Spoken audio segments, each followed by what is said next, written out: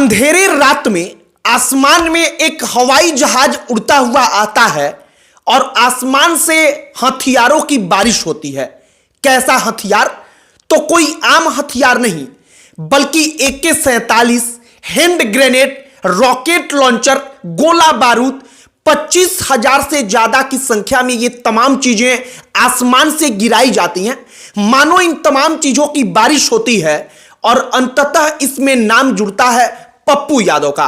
वही पप्पू यादव जो मौजूदा वक्त में पूर्णिया से निर्दलीय सांसद हैं, बिहार के बड़े बाहुबली, कभी बाहुबल की दुनिया में अपना लोहा मनवा चुके। और कैसे पप्पू यादव का नाम आया, हमने सोचा कि आपको वो कहानी बताई जाए, आपको पुरुलिया कांड की वो कहानी बताई जाए जिसकी ना जाने कितनी कथाएं दंत कथा के रूप में प्रचलित हैं। कोई कहता है कि पप्पू यादव इतने बड़े बाहुबली थे कि उन्होंने एरोप्लेन से अपने लिए हथियार मंगवाकर गिरवा लिया, लेकिन लोकेशन जरा गड़बड़ हो गई।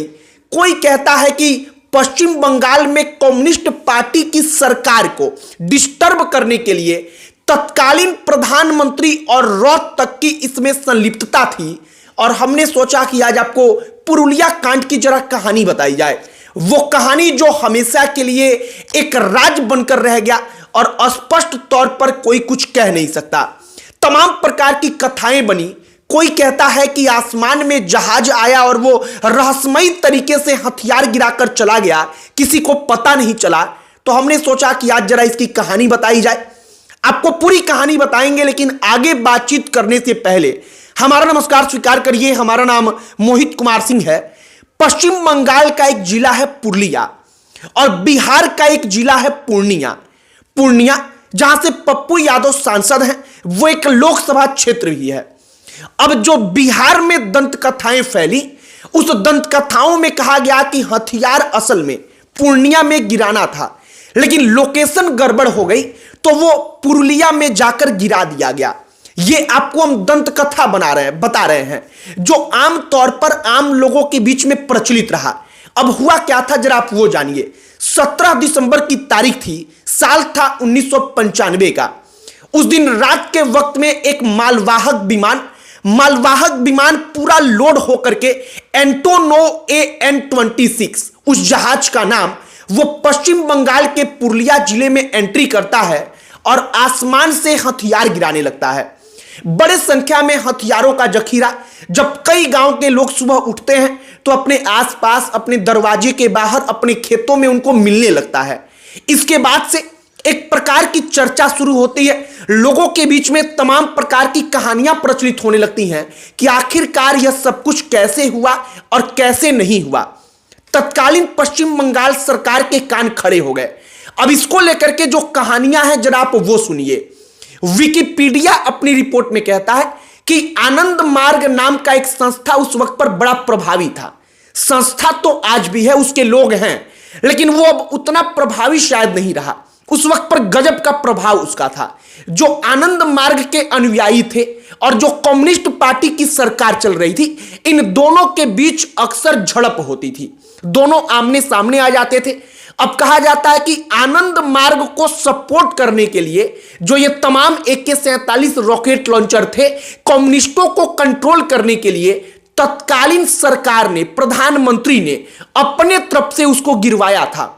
हम ये अपने मन से नहीं कह रहे हैं। PV नरसिम्हा राव का नाम लेकर विकिपीडिया अपनी रिपोर्ट में कहता है कि वो भी इससे एसोसिएट थे, उनका नाम इसमें लिया जाता है। एक और बड़ी संस्था का नाम लिया जाता है। संस्था का नाम है raw, research and analysis wing. ये वो संस्था जो पूरे के पूरे भारत में उस विश्वास का प्रतीक है कि एक ऐसी एजेंसी जो अपने देश के दुश्मनों को विदेशों तक में छोड़ती नहीं है। हमारी खुफिया एजेंसी अपने देश की। कहा जाता है कि रॉ भी इसमें संलिप्त था। ये एक कहानी है। अब इसके अलावा कई प्रकार की दंत कथाएं हैं। एक दंत कथा हमने आपको पप्पू यादव वाला बताया कि पप्पू यादव के पूर्णिया में गिराना था, लेकिन लोकेशन गड़बड़ हो गया, पुरुलिया में चला गया। यह बिहार में आमतौर पर आज भी अगर आप किसी से पूछेंगे तो वो बता देगा और वो बड़े विश्वास के साथ इस कहानी को बताता है। अब यहां पर सवाल उठता है कि आखिरकार पप्पू यादव का नाम कैसे आया। अब इस कहानी को आप समझिए। दरअसल उस जहाज से जिससे हथियार गिराया गया, वो जहाज फिर कुछ दिनों के बाद इंडियन एयर स्पेस में देखा गया। इसके बाद इंडियन एयरफोर्स के विमान उसके ऊपर चारों तरफ से घेर करके उसको दबाव बनाने लगे कि ना तुम लैंड करो, और अंततः वो विमान मुंबई एयरपोर्ट पर लैंड करवा दिया गया। जब मुंबई एयरपोर्ट पर लैंड हुआ तो वहां पर कुछ लोग पकड़े गए, गिरफ्तार कर लिए गए, लेकिन एक व्यक्ति जो था वो वहां से मौका का फायदा उठाकर भाग निकला, जिसका नाम है किम डेवी। अब किम डेवी डेनमार्क का रहने वाला था। जब वो डेनमार्क पहुंच गया तो उसने कई प्रकार की कहानियां बताई। अब किम डेवी जो कहानी बताता है, जरा आप उसको गौर से सुनिए। वो कहता है कि जब हम एयरपोर्ट से बाहर आए तो वहां पर हमारी मदद के लिए सरकारी गाड़ी थी। हम वहां से दिल्ली चले आए। दिल्ली में एक सांसद हुआ करते थे पप्पू यादव, और पप्पू यादव के आवास में हम वहां पर रुके, और वहां से उन्होंने प्रबंध कराया ट्रेन से बिहार आने के लिए। हम ट्रेन में बैठ करके बिहार के एक ऐसे रेलवे स्टेशन पर पहुंचे जो बड़ा छोटा था, वहां पर कोई था ही नहीं। हम जब रेलवे स्टेशन पर उतरे तो रात के वक्त में AK-47 लिए हुए गाड़ियों से गार्ड वहां पर हमारी सिक्योरिटी के लिए मौजूद थे। हम उनके गाड़ी में बैठते हैं और वो सिक्योरिटी के साथ हमको नेपाल में लाकर छोड़ देते हैं, और नेपाल से हम वापस डेनमार्क चले गए। किम डेवी जो एक आरोपी है वो ये कहानी बताता है, और यहां से पप्पू यादव को लेकर के तमाम प्रकार की चर्चाएं चलती हैं। आनंद मार्ग जो एक कहानी का हिस्सा, पप्पू यादव एक और हिस्सा, PV नरसिम्हा राव भारत के तत्कालीन प्रधानमंत्री तीसरे हिस्सा, और रॉ एक बड़ी एजेंसी चौथा किरदार। वो चारों किरदार हमने आपको एक एक करके बता दिया है। अब पुरुलिया हथियार कांड की सबसे सटीक कहानी जो अब तक सामने आई है, आप जरा वो समझने का प्रयास करिए। कहा जाता है कि उस वक्त पर पश्चिम बंगाल में जो कम्युनिस्ट पार्टी की सरकार थी, उनका टकराव था आनंद मार्ग संस्था से। चूंकि आनंद मार्ग संस्था जो काम कर रही थी, जो धर्म के लिए काम कर रही थी, उससे कम्युनिस्ट पार्टी के समर्थक जो थे वो नाराज होते थे, उनका टकराव होता था। और कम्युनिस्ट जो है वो किसी धर्म को मानते नहीं, इस लिहाज से उनका टकराव वहां पर कहा जाता है कि नेचुरली था।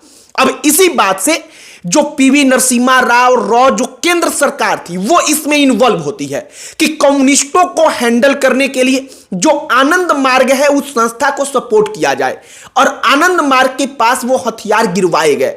हालांकि सटीक तौर पर कोई जानकारी नहीं। जो हम आपको ये कहानी बता रहे हैं वो तमाम कहानियां कई अलग अलग सोर्सेस से निकाली गई।